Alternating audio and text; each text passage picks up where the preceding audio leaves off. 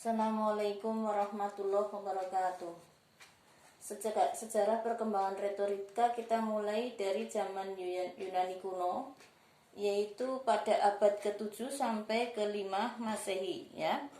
Abad ke-7 sampai ke-5 Masehi. Ini perkembangan retorika ya.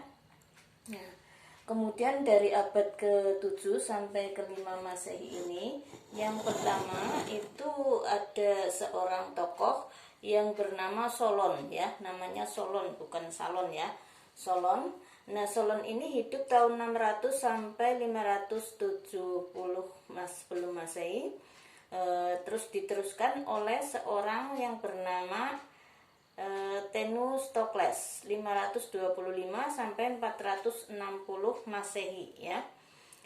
Di daerah koloni Yunani ini Silsilia. Oh, kemarin sudah ya yang ini ya, yang perkembangan retorika sudah ya. Terus kita teruskan ya. Kemarin sudah sampai ke abad pertengahan ya, Renaissance. Oke, saya teruskan ya.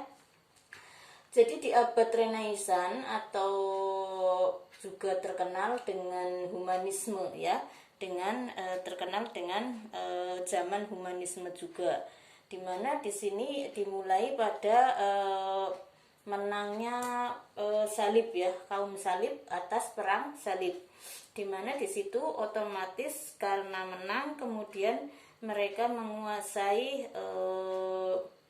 dunia ya, termasuk dunia retorika ini. Nah, kemudian di sini perkembangan selanjutnya ini zaman Renaissance dan zaman humanisme itu didukung oleh penguasa Republik Italia ya. Kita tahu bahwa pusat peradaban non muslim ya yang terkenal, yang sangat mendominasi di dunia ada di Italia. Kenapa? Karena pada waktu perjanjian perang salib itu Paus Paulus itu meminta daerah Italia memang jangan sampai dijadikan daerah kekuasaan oleh muslim waktu itu, sehingga mereka itu meminta bahwa khusus daerah Italia itu menjadi daerahnya non muslim di Italia itu. Nah, kemudian di sini Republik Italia ini ada seorang yang bernama Poggio Bracciolini ya. Ini 1380 sampai 1459 Masehi. Jadi ini sudah abad Renaissance atau era humanisme, ini berarti sudah abad pertengahan ya. Mengumpulkan tulisan zaman kuno, yaitu mengumpulkan karya Quintilianus, Cicero, dan Pelal. Ada beliau bertiga ini adalah merupakan profesor ilmu retorika dari Pavia. Jadi menghidupkan kembali ilmu retorika sebagai ilmu filsafat ya. Nah, ternyata ilmu retorika juga merupakan bagian dari ilmu filsafat. Makanya kalau orang yang pandai berfilsafat pasti pandai berretorika, logikanya. Atau sebaliknya, orang yang pandai berretorika pastilah orang yang ilmu filsafatnya tinggi, karena ngomong itu memang harus diatur sesuai dengan tujuannya, sesuai dengan kompetensinya, terus kemudian juga sesuai dengan keindahan bahasanya, susunan katanya juga harus tepat, sehingga disinilah kemudian retorika masuk menjadi ilmu ilmu filsafat tadi. Terus kemudian ada seorang tokoh yang bernama Philip Melanchthon nih ya, yaitu profesor dari bahasa Yunani dari Wittenberg ya. Terus kemudian ada Ulrich von Hutten ya, teman kerjanya Martin Luther ya. Martin Luther ini sangat terkenal, seorang tokoh pelopor reformasi pada zaman itu ya. Anda itu kalau mau membaca sejarah silahkan dicari rutin Martin itu seperti apa. Ini kita sedang bicara mengenai kemampuan retorikanya. Terus kemudian ada Martin Luther ini bisa menguasai dunia, bisa menjadi penguasa di tingkat militer, terus kemudian sampai kemudian menjadi penguasa ya. Itu juga karena keahlian retorikanya ya. Terus kemudian ada yang bernama puter-puter Yesuit, yaitu seorang reformasi, seorang yang memiliki reaksi terhadap reformasi di Eropa ya. Ketika sudah zaman Renaissance ya, zaman abad pertengahan itu, kemudian rame-rame muncul juga yang disebut dengan abad reformasi ya. Kalau Anda kemarin masih kecil tahun 98 apa baru lahir, di Indonesia juga sudah ada abad reformasi, di mana di situ Bapak Soeharto selaku Presiden Indonesia yang sampai 32 tahun berkuasa kemudian direformasi oleh publik ya, terutama oleh mahasiswa. Nah, ini sudah terjadi pada zamannya Martin Luther sebagai pelopor reformasi ya. Kemudian ada seorang puter-puter Yesuit ya, namanya puter-puter Yesuit ya, bukan manuk puter ya. Juga bereaksi terhadap reformasi di Eropa. Jadi memang dunia itu biasanya saling terpengaruh ya. Ketika ada Renaissance, ada abad pencerahan, kemudian juga menjadi abad reformasi juga menjadi kemudian viral kalau zaman sekarang ya, atau menjadi beramai-ramai ikut-ikutan reformasi. Terus ada juga tokohnya yang bernama Ignatius dari Loyola. Terus kemudian Petrus Canisius. Nah, ini Petrus Canisius ini seorang misionaris ya, jadi ahli agama Nasrani ya, misionaris dari Jerman. Nah, kemudian juga Santa Agustinus dari Ordo ya. Jadi memang seorang orator itu sering dimulai dari unsur agama ya. Kalau belum Muslim, maksudnya sebelum Islam datang, yaitu Nasrani ya kan, bahkan dikatakan Yesus dari Nazaret, maksudnya adalah Nabi Isa alaihi salam, tokohnya yang sangat terkenal. Nanti kalau zaman Islam juga Nabi Muhammad juga masuk ke tokoh orator yang sangat handal dan berhasil menguasai dunia ya. Terus kemudian Abraham dari Clara itu mengarang 16 buku, ini seorang orator yang sangat kreatif, jadi sampai kemudian mengarang 16 buku pidatonya ini ya. Terus selanjutnya yang kelima ya, kemarin sudah sampai keempat, yang saya ulangi hari ini yaitu abad pertengahan atau Renaissance. Nah, sekarang fase perkembangan pada zaman modern ya. Di zaman modern berarti fase kelima ya, dari zaman Yunani kuno, Romawi kuno, terus kemudian zaman Renaissance tadi ya, terus humanisme pertengahan, terus kemudian sekarang zaman modern ya. Nah, di zaman modern ini pertama kali ada perkembangan retorika yang sangat meluas, yang sangat sangat hebat ya, yaitu dimulai dari negara Perancis lebih dulu. Jadi di situ ada momen di mana Perancis itu menjadi negara yang revolusi ya, ada revolusi Perancis. Jadi Perancis yang tadinya itu politiknya adalah politik komunis ya, kemudian tiba-tiba rame-rame di zaman modern ini kemudian menjadi berubah revolusi dari masyarakat ya, dari publik, dari rakyat semua menghendaki revolusi, jangan komunis lagi gitu ya. Maka kemudian ada istilah revolusi Prancis. Nah, di zaman revolusi Prancis itulah dimulainya tolok ukur atau titik awal perkembangan retorika pada zaman modern ya, dimana ketika masyarakat Perancis itu melakukan reformasi, tokoh-tokohnya itu menjadi orator yang sangat bagus untuk merubah dunia, terutama adalah negara Perancis menjadi tidak lagi diktator atau bahkan tidak lagi komunis, tapi menjadi di revolusi, artinya itu berubah bentuk negaranya ya. Itu tokohnya misalnya Merabeus, yaitu ahli pidato terkenal dengan tekniknya begini. Kalau Merabeus itu dalam retorika itu berdebat, suaranya jelas, mimik menarik, tajam ya, tajam kata-katanya, terus logis ini. Jadi memang orasi itu harus diatur ya, termasuk ini seperti Merebius.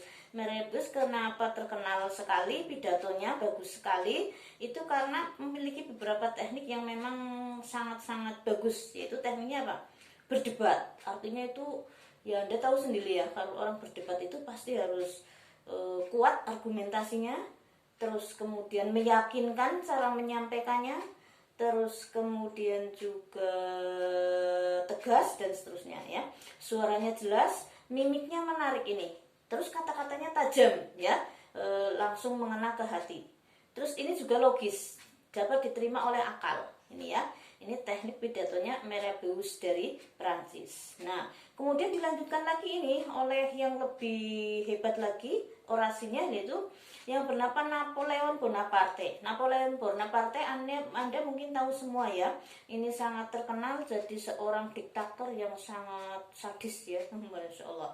Ya, perangnya itu dikabarkan kalau perang itu langsung dipenggal kepalanya ya, sampai kemudian di situ tentara-tentara yang dikalahkannya dikuburkan massal di suatu kuburan ya, dipendem KB. Banyak banget ini ya, Napoleon Bonaparte. Nah, ini diktator ini itu berhasil menguasai jiwa manusia secara teliti ya. Kursus pada Talma, yaitu ahli teater ya, ilmu retorika. Jadi di sini sebelum menjadi ahli pidato untuk mengalahkan lawan-lawannya melalui pidato ya, pidato militernya, dia juga belajar pada seorang ahli teater ya, yang dari Talma ini. Nah, ahli teater ini tentu saja sangat menguasai ilmu retorika. Nah, ciri pidatonya Napoleon Bonaparte berbeda dengan Merebius tadi. Yaitu kalau Napoleon Bonaparte ini adalah pidatonya itu pendek, diulang ya. Suka berpidato yang pendek, terus kemudian diulang kata-katanya. Nah, karena apa? Karena sebenarnya dia memiliki kelemahan, yaitu memiliki jiwa kompleks rendah diri. Jadi sebenarnya Napoleon itu bukan orang yang pede ya, orang yang rendah diri. Kenapa rendah diri? Karena Napoleon di situ dikabarkan adalah orangnya orang barat kan tinggi besar itu ya, putih. Lah kalau Napoleon itu enggak ya, pendek, kecil, terus kemudian bahkan dikabarkan itu cacat karena matanya ya, karena perang itu ketusuk senjata dan banyak, sehingga dia itu sebenarnya sangat rendah diri, itu sangat mentalnya itu down gitu ya. Tetapi kemudian ambisinya yang tinggi itu, ambisius banget di sini ya, kemudian bisa berhasil menjadi orator yang handal ya, dengan belajar itu tadi ya kepada seorang ahli teater yang di situ juga ahli orasi ya. Kemudian karena dia itu sebenarnya minder, maka sering diulang-ulang kata-katanya, dan tentu saja diulang-ulangnya ini dalam rangka supaya meningkatkan rasa pede ya, itu seperti itu. Tapi juga pidatonya singkat ya, jadi nggak mau lama-lama, karena sebenarnya Jani di sini minder ya, atau deg-degan gitu ya, barangkali kalau Anda gambarkan diri Anda sendiri. Oke, saya lanjutkan. Selanjutnya ada tokohnya juga yang bernama Gaius Julius Caesar. Nah, ini Anda itu tahu ya, sekarang itu di TV ada yang tiru-tiru ya, Julius Caesar, yang bernama Caesar itu yang artis itu ya, artis yang tukang joget-joget ya, barangkali terinspirasi ini ya, tokoh diktator yang bernama Gaius Julius Caesar, yaitu tahun 100 sampai 44 Masehi. Itu dikatakan oleh Suetonius ya, Suetonius ini ahli sejarah, itu berkomentar tentang bagaimana Gaius Julius Caesar ini. Beliau berkomentar bahwa dalam hal kepandaian pidato dan berperang, Caesar adalah orang yang paling masyhur dan tepat. Jadi memang Julius Caesar itu kalau pidato itu sangat bagus ya, menggebu-gebu, semangat, kemudian sampai masyhur sekali. Pidatonya tepat ya. Kalau zaman secara ini yang kuat sekali di hati, namanya apa? Semangatnya itu menjadi menggebu-gebu, sehingga menusuk jantung gitu istilahnya ya. Ini Julius Caesar. Judul pidatonya juga sangat terkenal, ini ada yang sangat terkenal yaitu Perang pada Galilea 1 bab 40 yang berjudul Motivasi dan Sugesti untuk Mengakhiri Negara Republik Romawi. Nah ini karena Julius Caesar itu seorang diktator, Romawi yang tadinya sudah berubah menjadi atau sudah berbentuk negara republik justru dirubah ini oleh Julius Caesar kalau sebenarnya republik itu tidak tepat untuk Romawi. Jadi malah dia membalikan lagi kepada masa diktator itu ya. Ini Julius Caesar. Kemudian tokohnya lagi zaman modern yang selanjutnya yang bernama Quintilianus ya, bukan kuntilanak ya. 35 sampai 100 Masehi. Ini seorang guru profesor ilmu retorika yang oleh Kaisar Hesperonius ya, seorang Romawi yang berasal dari Kalaguris ya. Jadi ternyata daerah Kalaguris itu ada memang ya di sana di Romawi ini ya. Jadi bukan Kalaguris ulin sing di wayang itu bukan, sebenarnya memang Kalaguris ya. Itu 20 tahun mengarang 12 buku ya kan. Nah ini kemarin sudah saya sampaikan yang ini ya. Terus kemudian saya lanjutkan, ini ternyata sudah pada zaman pertengahan ya, Renaissance. Terus zaman modern itu Merabius tadi sudah saya sampaikan, ada Napoleon Bonaparte ya. Nah ya, selanjutnya saya sampaikan pada yang selanjutnya ini, sampai ini Charles de Gaulle ya. Charles de Gaulle apa namanya, yang abad pertengahan itu kan Yesus itu tadi ya. Nah terus kemudian dilanjutkan lagi Charles de Gaulle ya, pidatonya bersifat kepahlawanan melalui TV dengan latihan berjam-jam dengan mimik dan gerakan menarik. Ini ada juga tokoh abad pertengahan yang model pidatonya itu kepahlawanan. Jadi memang Anda boleh memilih tema pidato yang sesuai dengan tujuan Anda berpidato, terserah temanya apa. Ya seperti Charles de Gaulle. Charles de Gaulle ini sukanya itu temanya kepahlawanan. Nah, jadi jiwa-jiwa pahlawan dimasukkan ke dalam pidatonya sehingga orang-orang itu yang mendengarkan ingin ikut mengikuti apa yang dia sampaikan sebagai tokoh pahlawan yang disampaikan itu. Nah, yang selanjutnya pada zaman modern ini juga ada dari Inggris ya. Tadi kan sudah dari Perancis ya, sekarang dari Inggris. Yang dari Inggris tokohnya antara lain yang bernama Thomas Wilson. Nah, Thomas Wilson ini orangnya atau mayoritas orang Inggris ya, bukan hanya Thomas Wilson. Karakter pidatonya, jadi masing-masing pidato berbeda-beda ya. Tadi ada yang menggebu-gebu, ada yang tajam dan sebagainya. Anda perlu ingat ya siapa tokohnya gitu. Jadi nanti kalau menjawab itu akan sesuai ya, menjawab tes ya. Nah ini yang dari Inggris itu karakter pidatonya itu pendiam ya, motorik tubuhnya kurang dinamis ya. Nah, ini yang paling terkenal itu pada masa kejayaan Ratu Elizabeth ya. Ratu Elizabeth sampai sekarang masih ada ya. Nah karena apa? Ternyata yang berjuluk Ratu Elizabeth itu turun temurun ya, tidak hanya satu, jadi ada Elizabeth I, Elizabeth II dan seterusnya gitu ya. Nah ini pada zaman kejayaan Ratu Elizabeth yang di zaman modern, berarti Ratu Elizabeth pertama, itu ada tokohnya yang bernama Thomas Wilson. Nah Thomas Wilson ini justru menulis tentang seni retorika. Padahal awalnya di Inggris itu retorika itu tidak boleh ya, karena apa? Takut Ratu Elizabeth itu nanti berontak atau dikup ya, atau direbut kekuasaannya. Awalnya tidak boleh, tapi kemudian setelah tahu ternyata ilmu retorika itu bisa memberikan support yang luar biasa pada kemajuan negara ya, pada kinerja yang bagus, maka kemudian diperbolehkan. Dan bahkan ada tokohnya yang terkenal di Inggris, yang pertama adalah Thomas Wilson yang sampai menulis buku tentang seni retorika. Terus yang kedua adalah Francis Bacon ya. Francis Bacon ini menulis yang berjudul kebijaksanaan menciptakan nama dan kekaguman.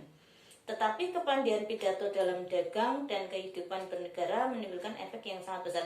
Artinya Francis Bacon ini teks pidatonya itu yang berkaitan dengan perdagangan ya, perdagangan yang memberikan efek besar, perubahan besar pada negara ini. Nah, selanjutnya adalah masa revolusi di Puritanis ya. Nah, ada yang tokohnya yang bernama Oliver Cromwell ya. Oliver Cromwell ini adalah seorang diktator yang pandai mensugesti massa. Nah, ini beda lagi. Ini sugesti ya. Model pidatonya itu mensugesti. Terus menggunakan agama untuk tujuan politik. Jadi masyarakat itu dikumpulkan, terus kemudian dengan menggunakan dalil-dalil agamanya kemudian disugesti ya. Itu yang sering terjadi juga di Indonesia. Artinya bahwa memang ilmu retorika itu sejak zaman dulu sampai sekarang berkembang, terus selalu diikuti oleh orang-orang yang mengikutinya. Jadi banyak juga orator yang kemudian menggunakan agama sebagai media untuk meraih kekuasaan dengan dalil-dalil agamanya ya. Terus kemudian disugesti, misalnya apa ya, kalau dulu itu mohon maaf ya, yang di politik ini jangan kemudian merasa tersinggung, itu memang betul ya. Jadi zaman dulu itu saya ingat zamannya saya masih di Golkar ya, saya pengurus Golkar. Di sana saya AMPI ya, itu dikatakan bahwa pohon beringin adalah pohon surga. Jadi siapa yang nobles beringin masuk surga. Itu contoh ya. Kenapa? Daunnya hijau, lebat, melindungi. Nah, ini kan menggunakan agama untuk politik itu, untuk meraih kekuasaan. Ini sebenarnya tidak boleh ya. Terutama dalam Islam ya kan. Kayak ngerti nang surga na pohon beringin ya.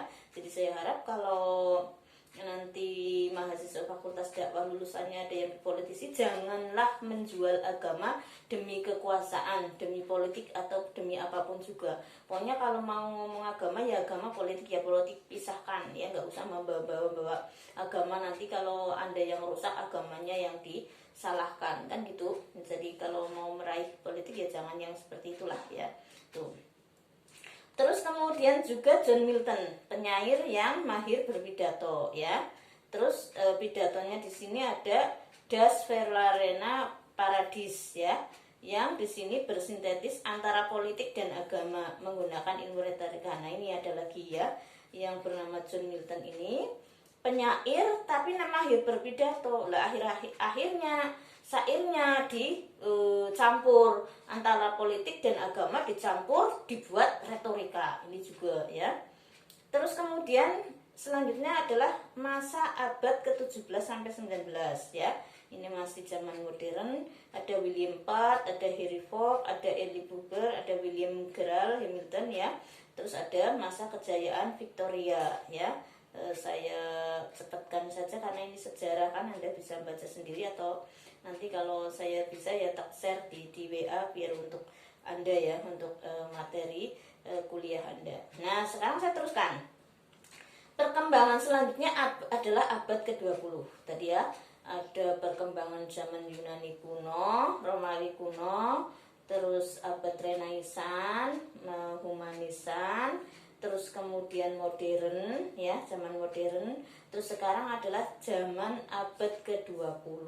Nah, abad ke-20 Anda sudah lahir, Anda kan lahirnya tahun segituan ya. Abad 20 itu dimulai tahun 19 sekian sampai sekian ya. Kayak saya berarti lahirnya ya di abad 20. Makanya saya kemarin akun saya tulis dai 3 zaman ya. Zaman apa? Zaman modern, zaman milenial, dan sekarang adalah zaman era digital. Jadi 3 zaman saya sudah jadi dai ya. Nah, sekarang abad ke-20 ini. Abad ke-20 disebut juga zaman perak. Jadi tahun 9 artinya itu sampai ke 2000-an, itu namanya abad ke-20.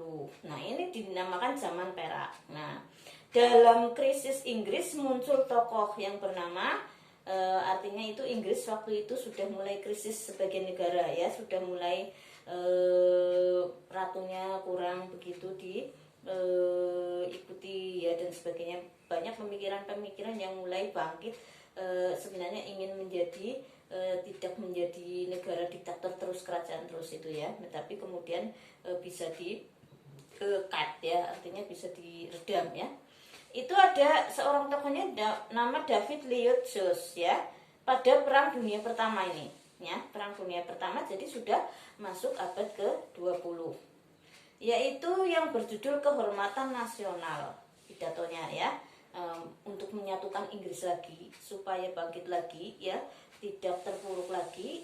Ini kemudian mengarang ya Perang Dunia I, ada seorang tokoh orator dari Inggris yang bernama David Lloyd George ya. David Lloyd George ini mengarang pidato yang berjudul Kehormatan Nasional. Nah, ini penting sekali nih.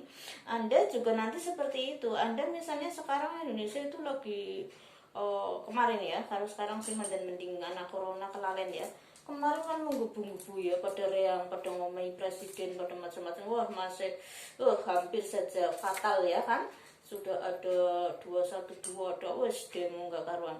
Nah, ini nanti bisa kemudian Anda selaku orator itu bikin pidato yang kira-kira di situ bisa merubah, kata-katanya tajam, mengena, terus mudah diingat, terus kemudian di situ menusuk hati, yang kemudian bisa menyemangatkan lagi NKRI itu misalnya ya. Oleh ini di Inggris adalah Kehormatan Nasional judul pidatonya oleh David Lloyd George yang berhasil menyatukan Inggris kembali yang sudah krisis waktu itu. Terus juga Winston Spencer Churchill, ini Perang Dunia Kedua sudah, jadi setelah Perang Dunia Pertama lanjut ke Perang Dunia Kedua. Nah, ini judulnya adalah Darah, Keringat, dan Air Mata. Wah, ngeri banget kan Perang Dunia Kedua ini. Yang bernama Winston Spencer Churchill ya. Itu seorang tokoh Inggris, itu menulis pidato dan dipidatokan yang judulnya adalah Darah, Keringat, dan Air Mata. Ini menggugah ya, bagaimana supaya negara Inggris itu di Perang Dunia Kedua itu menang gitu ya, kemudian aktif ya itu. Jadi saya itu aneh ya, saya nggak ngalami diceritani tok sama guru sejarah ya, tapi saya itu terpengaruh ya. Saya bayangkan waktu itu gimana gitu ya. Waduh, masya Allah, itu model saya gitu. Makanya saya itu tuh suka pada ilmu, terus kemudian saya amalkan dan saya bisa mengajarkan. Karena ketika sedang diajar sama guru, sama dosen, saya itu betul-betul masuk ke pikiran, ke jiwa, ke raga, dan ke semangat saya itu biasanya ya. Anda mudah-mudahan seperti itu ya, tidak menjadi apatis cuek pada ilmu. Udah, saya teruskan ya, saya ngebut.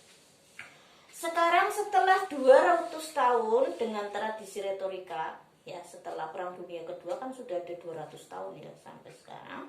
Setelah ada retorika itu, maka kemudian ada istilah masa awal. Nah, masa awal inilah kemudian ada tokohnya bernama Patrick Henry ya, gubernur dari Virginia, yang judul pidatonya adalah Kebebasan atau Kematian. Artinya Patrick Henry ini kepengin membangun masyarakatnya sebagai gubernur, masyarakatnya di Virginia itu memberikan alternatif, ingin bebas, merdeka ya dari penjajahan atau mending mati ya, kira-kira seperti Indonesia dulu lah, ketika dijajah kan ada istilah merdeka atau mati kan gitu ya. Nah, itu untuk menyemangati masyarakat supaya daripada dijajah terus, mendingan ya kita berusaha merdeka. Kok nggak kuat mati, ya wis mati, yang penting dijajahkan gitu ya. Nah, itu.